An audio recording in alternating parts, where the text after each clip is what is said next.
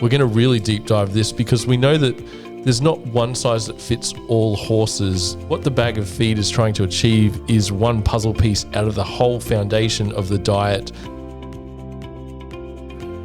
The person's come from the right place in their heart, obviously trying to do the right thing for the horse, had some sort of knowledge that, like a cool feed's a good feed, a calm feed's a calm feed. And, without a police officer there saying yes or no, and then sort of had to deal with the consequences of that particular feed. Welcome everyone to episode 132 of the Send Nutrition podcast. You're with your hosts Bryan and Peter today. And today's episode is on how to read a horse feed label, avoid the marketing gimmicks. How are you, Peter? Bryan, I'm enjoying the warmer weather, that's for sure, and it's good to have you back as well. Yeah, it's been good this weather as we head in through spring and into summer, and had Guy McLean last week, but I've got you again. But this is a very good episode to highlight, and it comes about with, I guess, when we have diet consults that come in and they ask our opinion of another feed bag, and sometimes they can be very misleading in more ways than one, and we're going to decode this and try and help you guys avoid the tricks. Bryan, absolutely. I think, we're averaging, 80 to 100 a month for the diet consults, and I'm actually shocked, not just surprised, at how many people don't actually read the label or sort of follow the recommendations of the feed companies that they're feeding. It's almost like, looking at that fine print. And, an example might be, well, you've got a horse that's a little bit overweight and the recommendation is to feed 4 kilos, but you only need a kilo because the horse is fat. But then if you shortchange the recommended feed amount, you're underdoing the vitamins and minerals that the horse needs. And over time, you're going to create a deficiency. Yeah, and there's those little traps in that nutrient panel and those recommendations as Peter has outlined. And today we'll go through what exactly that nutrition panel consists of and what you need to know about the percentages and the amounts there, but also ingredient lists and how these can be turned upside down with the front of the bag in terms of the marketing, what it says there. But when you take the microscope look at the ingredients list, it actually doesn't transfer to what that brand is marketing. And we're going to really deep dive this because we know that there's not one size that fits all horses. What the bag of feed is trying to achieve is one puzzle piece out of the whole foundation of the diet makeup. And we'll just go through the parts that you need to be aware of. Bryan, you mentioned a very valid point there with the ingredients. I reckon we should sort of, kick off with that. And in my opinion, the ingredients panel is probably one of the most important because that's going to give you pretty much whether it's going to be a feed that's going to be high in energy, whether it's a feed potentially it's going to be high in starch, high in sugar. A lot of companies don't list, both starch and sugar. They might list one or the other, but also, you got to look at the main ingredients. So a lot of people don't know, but the first ingredient on the ingredients panel, and this is more for human health than animal health, but the first ingredient on a panel is normally the main ingredient. So whenever you're going to see, argument's sake, a barley, or you're going to see, a bran and pollard possibly, you might see corn. Any of these sort of first ingredients, or I'd like to call them the first, second, and third, are going to be the main ingredients of that feed. And then as the panel keeps going, it's going to be less and less and less up until obviously you get to the vitamins and minerals. And one of the common red flags that we see in the industry is the whole term and marketing term of a cool feed or a feed that doesn't affect behavior. So when we see this on the front of the bag, you would assume that the first ingredient was a cool ingredient. So an ingredient that is termed that doesn't elicit an insulin response. So a low sugar, low starch ingredient as the first one. And we're kind of still shocked to this day that we see a cereal grain or a grain that is 50% starch, 40% sugar and starch be the first ingredient, but then on the front of the bag, they state that it's a cool, complete feed.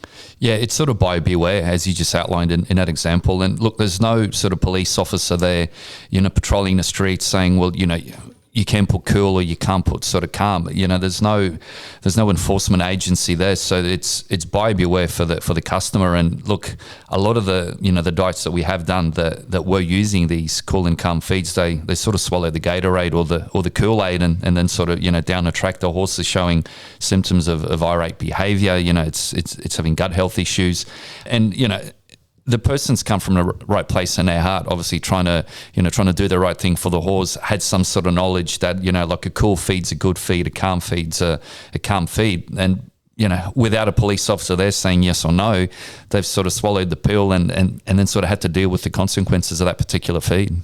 Yeah, 100% right, Peter. When they state cool and calm, what we should be looking at on the back of the bag is something that is high in fiber and low in sugar and starch. And what percentages are you looking for in this? And in a general rule of thumb, you want fiber to be above that 25 to 30%, and you want that sugar and starch to be below 20%, because horses do, and in performance, require that sugar and starch level, but we don't want that sugar and starch level to be like a grain such as oats or corn, which is above that 50% level. So that's probably our first rule of thumb when we look at a cool and calm feed, is to flip the bag over and look at those macronutrients in the fiber and the sugar and starch levels. That's well outlined, Bryan. And I like to use as a rule of thumb in terms of whether a feed is high in sugar and starch or whether it's low in sugar and starch. And the easiest way to do that is looking at the fiber or the crude fibers. So the higher the fiber, the lower the sugar and starch. The lower the fiber, the higher the sugar and starch. That's the easiest way to look at it. So if you're not going to look at anything but just if you're going to look at the fiber, as Bryan mentioned, anything above 25% will suggest that the feed is of good quality and it's of low sugar and starch.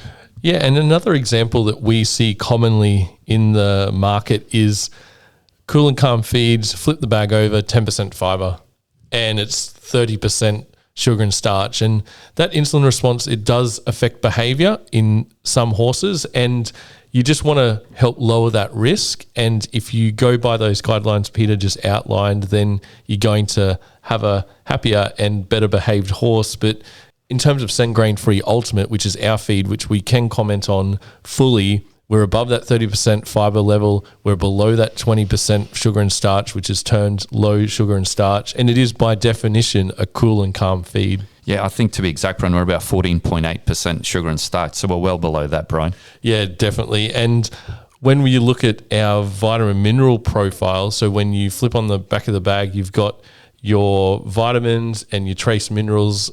This is where it really comes down to the feeding rates. Well, Bryan, I've just pulled up any sort of cool and calm feed off Google that sort of popped up first when I entered the phrase, and I've got one which is a really, really good example to show. And look, if people are drinking Chardonnay, they might be drinking Long Island iced teas by the time I'm finished, because they're going to have a headache and they're going to need a bit of pain relief. So I found a cool and calm feed which averages at around about 20 Australian dollars per bag. So you're looking at roughly $20, 20 kilogram bag. It's about $1 a kilo. Okay. On the flip side, if we compare the grain-free ultimate feed, look, around about $55 for a 20 kilo bag. So you're looking at about $2.75 a kilo for our grain-free ultimate, and you're looking at about $1 a kilo for this cool and calm feed. The example I want to give, and I'm going to zero in on the zinc. So basically, on the cool and calm feed, per 1 kilogram of that feed, you're getting 100 milligrams of zinc. And for a kilo of the grain-free ultimate, you're getting 900 milligrams of zinc. If you're going to feed 1 kilogram of the ultimate grain-free feed, you're going to get 900 milligrams of zinc at a cost of $2.75 per kilo. For the equivalent 900 milligrams of the cool and calm feed, it's going to cost you $9 to get 900 milligrams of zinc. And that's an excellent highlight of, say the bag says complete feed, but where is it complete? At that 9 kg rate, or even depending on your horse and the NRC requirements, might need half that, but that's still $4.50 compared to the ultimate, which is $2.75. So it is looking into the detail of your actual levels on the back of the bag and then working out where that sits with your individual horse. And as a saying there, Bryan, the devil is in the detail. And I think both you and I have just sort of outlined that. And look, a lot of people just look at the zinc and they look at the copper and look, oh yeah, it's there. You know, they don't know what is a high amount, what is a low amount. And, you know, like this particular feed, they do recommend for a horse to light to moderate work to feed up to 4.75 kilos. And as that example earlier on, you might have a horse that's a little bit overweight. There's no way in the world that you're going to be feeding it 4.75 kilograms, and you might just go, oh, look, I'm going to leave it at a kilo. So per kilogram of feed, it's only getting 100 milligrams of zinc, which is nowhere near enough zinc what that horse needs daily. I can see why some horse owners are confused, because when they come to us with not the result they want to get from another brand, they know the diet's not fully balanced, and I think they're at their wits' end that they're not getting the result.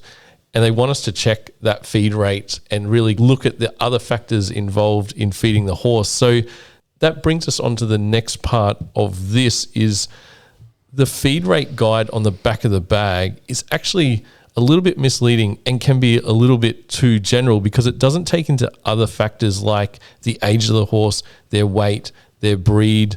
And when you look at the whole diet foundations, your roughage is where they're getting the majority of their calories from, including some macronutrients like the protein. And if people look at the feed bag and look at, say, 12% protein, 14% protein, or 16% protein, you're not feeding 5 kgs of this feed bag to really unbalance the protein levels. The main source of protein in your horse's diet is coming from the roughage. And in actual fact, we should be always analysing the roughage to see that percentage amount going in, but then you work out the grams that your horse requires per day in their discipline to help support their muscles and their body systems. Yeah, that's well outlined. And look, probably a prime example of that would be this time of the year, obviously being early October, where, you know, spring grass is just around the corner. So you're feeding in a winter time, if you were feeding 3-4 kilograms of a high sugar, high starch feed, because you need it to keep that weight on your horse.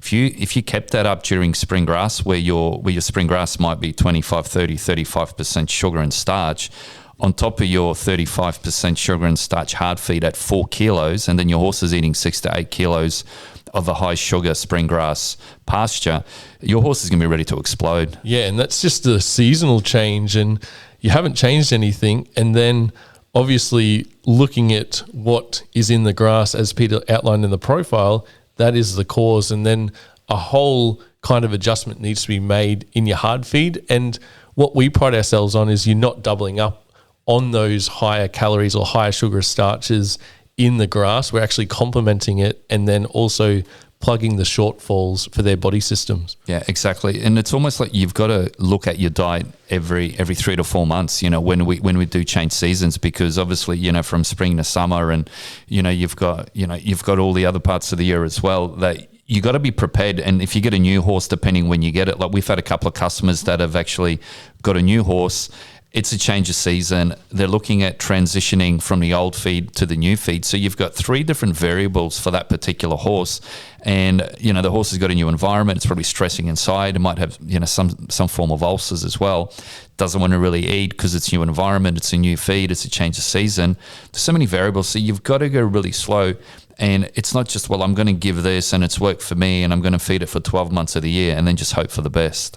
Yeah, and I think another point to do with the macronutrients on the back of the bag is those percentages of, say, we'll take protein for an example. So say the bag says 12% protein. The NRC, which is the National Research Council, has a table that outlines the amount of protein required for a horse in a certain amount of work for a certain weight range. So if you look at a horse in moderate work, it could be around that 750 grams of protein per day. On the back of the bag, it says 12%. And you need to do maths from this point to see. And when you look at the percentage, this can be worked out how many grams of protein is going in the horse per 1 kg. So for this example, we'll just go to 12%. So per 1 kg of this feed, you're getting 120 grams of protein. But the NRC recommends 700 grams to support their muscles and their body systems. So where is the other protein coming from? It is actually coming from your roughage, so your hay or your pasture. Look at Rhodes grass, for example. It averages around that 10% protein level. Now, if your horse is being supplied at 1.5% of its body weight, that's actually bringing the protein intake in grams up to around that 600 grams per day, plus your hard feed. So you meet the requirements to support your horse, its top line development, its workload, and that's where you look at. So when you look at the back of the feed bag, it can be kind of really daunting to look at all these percentages and not know what they mean exactly. But when you do diet consults with us, we take all this into consideration, because what your aim is to have your bag of feed complementary to your horse's environment and the foundations they're on, particularly that hay amount. Yeah, that's well analysed, Bryan. And look, just on the flip side too, we'll stick to the protein. You mentioned the 750 grams of protein, per kilo for that particular horse. Another way to hit that, which is a very easy way to hit that, and this is where owners have got to be careful, is let's just say, argument's sake, you've got a prime lucerne, which is alfalfa in America, at 35% protein. So per kilo of lucerne or alfalfa, that's going to give you 350 grams of protein. If you feed it 2 kilos, which is a biscuit, you're hitting that 700 grams of protein with one biscuit or lucerne. We get some consults that some owners give their horses 3, 4, 5, 6 biscuits of prime lucerne. That's way over the protein. And you might want to just outline quickly some of the detriments with a high protein diet when I finish. But hitting your protein requirements for a horse is not as hard as what people think. People's like, I need protein, more protein booster, this and that. Through feed, through pasture, through hay, and if you need to top up, you can. You've got lucerne as well. Protein's one of the easiest ones to hit. So, in my opinion, it's one you really got to keep a close eye on. Where I think people are, for some reason, in their heads, they're like, oh well, I want more protein. They seem to think that the horse is lacking protein rather than them overfeeding it. Yeah, 100% right, Peter. When you have excess protein in the horse's diet, it can actually affect their behavior negatively, but also put pressure on the kidneys to excrete that excess. And you also risk of gut disturbances, but also if the horse is stabled or stalled, that protein breakdown in the urine can actually cause respiratory issues as well if not cleaned out properly each day. So it's very high risk feeding a lot of lucerne, and that's why it's not recommended as your main roughage source. I think the point with protein is you want quality protein, so you want the rate-limiting amino acids, which are not made by the horse's body, the lysine, methionine, and threonine, which can only be included in the horse's diet. So it's not that protein level, it's actually that quality protein, because inadequate amounts of this can lead to poor hoof and coat quality, persistent fatigue, also poor recovery from illness, but then also the big one, lacking top line and muscle mass. Absolutely. It's all quality over quantity.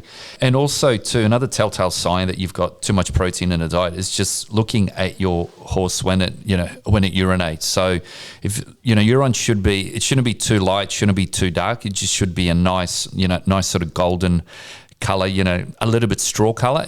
A lot of our diets that we have had customers that we could tell straight away that they've got way too much protein. It gets very dark yellow, almost sometimes even getting to the aioli, sort of consistency, which is the danger zone, because that's when the kidney's working overtime, and you don't want it to stay in that zone for too long, because that can lead to kidney failure and a lot of other issues. It's just unneeded energy that the horse is using to excrete the protein. You're dehydrating a horse at the same time, because it's urinating out the protein, but it's also urinating all the minerals. So you've got to then feed it more electrolytes. So you've got to feed it more salt, and it's all stemming from the high protein. So when you drop the protein down to the requirement, what the horse needs, then automatically you stop dehydrating a horse at the same time, and and a horse's health sort of returns back to normal. Yeah, it's a vicious cycle. That's pretty well explained, Peter, because when you look at, as you said, dehydration, you kind of like robbing Peter to pay Paul in your analogy, because then you have to feed more electrolytes. They need to have that hydration with their water. They'll drink more, and you just don't know where you are if you're out of balance with your protein. And I think when it also overlaps with how some feed bags are marketed for performance or breeding, that's only one little puzzle piece to the horse and what's going in, unless you're feeding that 4 or 5 kgs. But we have to remember, if you're filling them up with that hard feed, they've got to also have that roughage amount, that 5 to 7.5 kgs for a 500 kg horse, which is better for their digestive system, better for the hindgut, and also is their natural ulcer preventative. So overloading that hard feed can be very detrimental. And as we've outlined here, getting the balances right in the macronutrients, if you overdo them, then you risk the horse going backwards and also health issues. Yeah, I think a lot of feed companies, obviously, feed mills, they're in a business of doing volume, and that's why they put lower vitamins and minerals at the per kilogram inclusion. So you do feed the 3 or 4 or 5 kilograms to hit the recommended daily amount, and there's nothing wrong with that. Obviously, you just got to feed 4 or 5 kilos to hit the the NRCA requirements. We've gone on the other end and go, all right, well, let's put as many vitamins and minerals into our grain-free ultimate product, the CF50, and let's get the calories into the horses through pasture. Ideally, that's the cheapest because it's in the ground, and most of the time it's free for the owners. And then when pasture is not available, or when the horse gets locked up in a box or a pen, make sure that they've got access to free choice hay, and ideally a grassy hay like a Rhodes grass or a teff or a cocksfoot, or a native pasture for that matter. So we're not in a business in doing volume feed. It's all about correcting the vitamin mineral deficiency in that pasture or in that particular hay. Yeah, look, our endurance guys will get up to 2.5 kilos of the grain-free ultimate, but you got to remember these horses are training 18, 20, 30 kilometers sometimes in a day. They're competing at 80 to 160 kilometers in one day. So those horses and those horse owners have got nowhere to hide if they get the calories wrong, if they get the nutrition wrong. It's really very daunting event. So yeah, you get up to that 2.5 kilos. On the flip side, if you've got a really good doer and you've got decent pasture, you might get away with 50 grams or 100 grams of our vitamin mineral concentrate, which is a CF50 product. And because it's so concentrated, you don't need a lot, and you're just correcting, the deficiencies in that pasture. And it might be low calcium, or it might be high iron, but you're lacking the zinc and the copper, which is very common in Australian pastures and hays.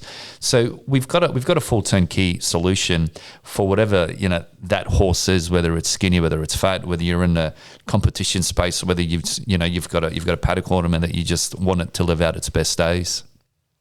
Yeah, I'm pretty proud to say that Sen is more complementary to the horse's body system. So what do I mean about that is the Sen Ultimate and the Sen CF50, we don't add an oil to the pellet. So you might see some of these really high fat feeds, or the fat percentage in the double figure range percentage wise. And what they've done is they've added an oil into their pelleting process, which is heated.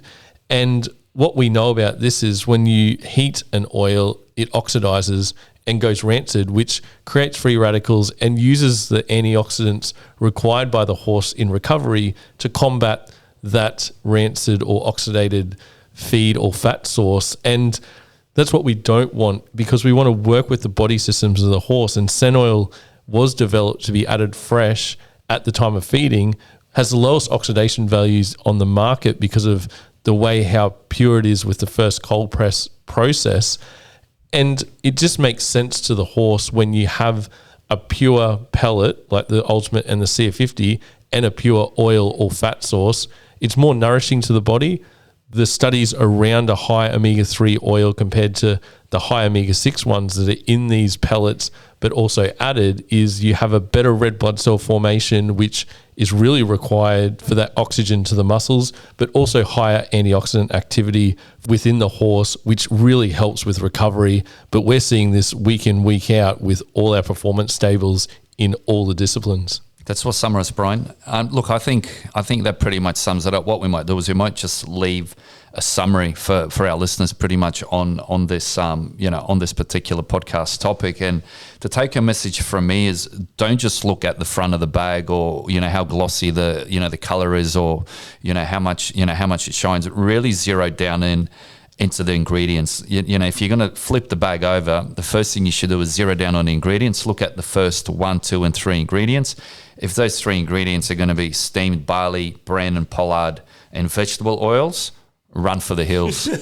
You may as well just You may as well just feed straight oats. Yeah. Like a pure grain. Absolutely. So, there's a reason why, like this particular feed that I gave an example on, there's a reason why it's $20. I wish we could sell our feed for $20. The issue is I think our vitamin mineral premix costs like 12 or 15. So, like per kilo in the bag. So it's like, well, it's not that we're making more money. We're just making a higher quality product with a much lower feed rate. And our ingredients also, they don't change seasonally. So a lot of feed companies, when the seasons change, something might be growing that's more abundant. So they'll default to that particular raw ingredient for that time of the year. We don't do that. We've got constant supply of our faba beans and mung beans, the kernels and the hulls. So we stick throughout the whole year. So there's no changes, obviously, to your horse's gut microbes when you do stick to the Sen range. So the second point is, once you've read the ingredients, look at the fiber level. Fiber level, even if the sugar and starch are not on there or one of them is missing, gauge the feed, whether it's high fiber or low fiber. The higher the fiber, the lower the sugar and starch. And then obviously the lower the fiber, the higher the sugar and starch. So those two things are paramount. When you're going to look at the inclusion rate, like I said, the 100 milligrams of zinc, you probably have to feed the 5 kilos. With the Sen feed, the grain-free ultimate, you're at 900 milligrams of zinc for 1 kilo, and that sort of speaks for itself. And last of all, don't just look at the price. You might think, well, geez, $55 for a bag of Sen grain-free complete. Like price shock, it's a bit expensive, but if you're feeding, 1/4 or 1/5 of a pony pellet or a cheaper cool calm feed, it actually works out a lot more cost effective, as I mentioned in that example previously. And I think that's well highlighted, Peter. And I don't have too much to add on top, but when you look at other fiber feeds that are beet pulp based, I've seen them up near the $60 a bag, and there's no vitamin mineral profile through them. But then also looking at those for the Australian soil conditions, they're high in iron, and our Australian soils, and whereas our roughages in Australia, our hays and our pastures are already abundant in iron. So when you look at our profile, we're trying to match the foundations as best as possible with that low iron, because you're getting it in abundance there. And I think as a horse owner, you got to look at investing in quality, and Sen's commitment to quality in making everything in our puzzle pieces with the foundations of the diet of roughage, plus our track record over the last 10 years is all proven and trusted. Absolutely. And also, as some of our listeners know, we do offer the free diet consults. If you've liked the podcast and obviously you go, yeah, look, I understand where you're coming from. I'm not happy with my horse. Maybe, the horse has done a bit poorly in the winter coming into spring. It's probably a good time to get the diet checked out. We've got an online booking portal. You can choose your day and a time. I think there are a couple of slots open every second Saturday. Weekend, every Saturday as well. Yeah. So, get in early for that, because there's only a limited space. And also, I think we're at 94 5-star reviews on Spotify. We're trying to chase Joe Rogan down. We got a bit of a way to go. So if you can help us get to 100, I think Joe's got like 100,000. So we might be retired by then, Bryan. Yeah, I think so.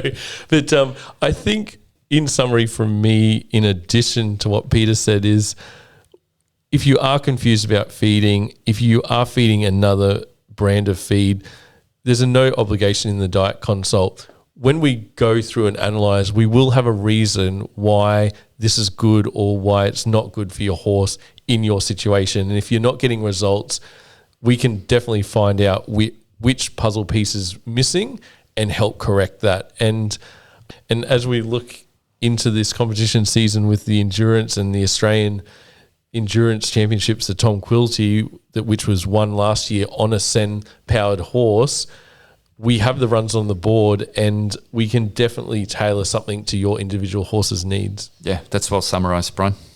Well, I think it is Friday and the sun is shining, Pete, so it'll be... Pina colada. Pina colada. I didn't expect that one to come out of you. Just come out of the blue. We've got a big quarter ahead of us leading to Christmas, including Equitana, and I think we'd like to just thank everyone for all your support. If you haven't jumped in our Sen users group to show off your Sen success, jump in. And even if you've got other questions, we've got some good pricing alignment across the board for the Sen oil and the Sen CF50 in particular moving forward. So keep your eye out for those adjustments as well. Yeah, there's a national recommended retail price, obviously, that we're trying to get throughout the whole country, and that that will line up obviously the store price to what you might see on our online price as well. There's certain products that we don't freight, and look, we are trying to support the stores so the customer can choose whether they want to buy it locally or they prefer to do it online. And when the price is very similar or even exactly the same, it just makes it fair for everyone then. And look, we're all for supporting the stores. Yeah, definitely, Pete. I totally agree. And we'll have another podcast to you guys next week. Cheers, guys. Thanks, mate.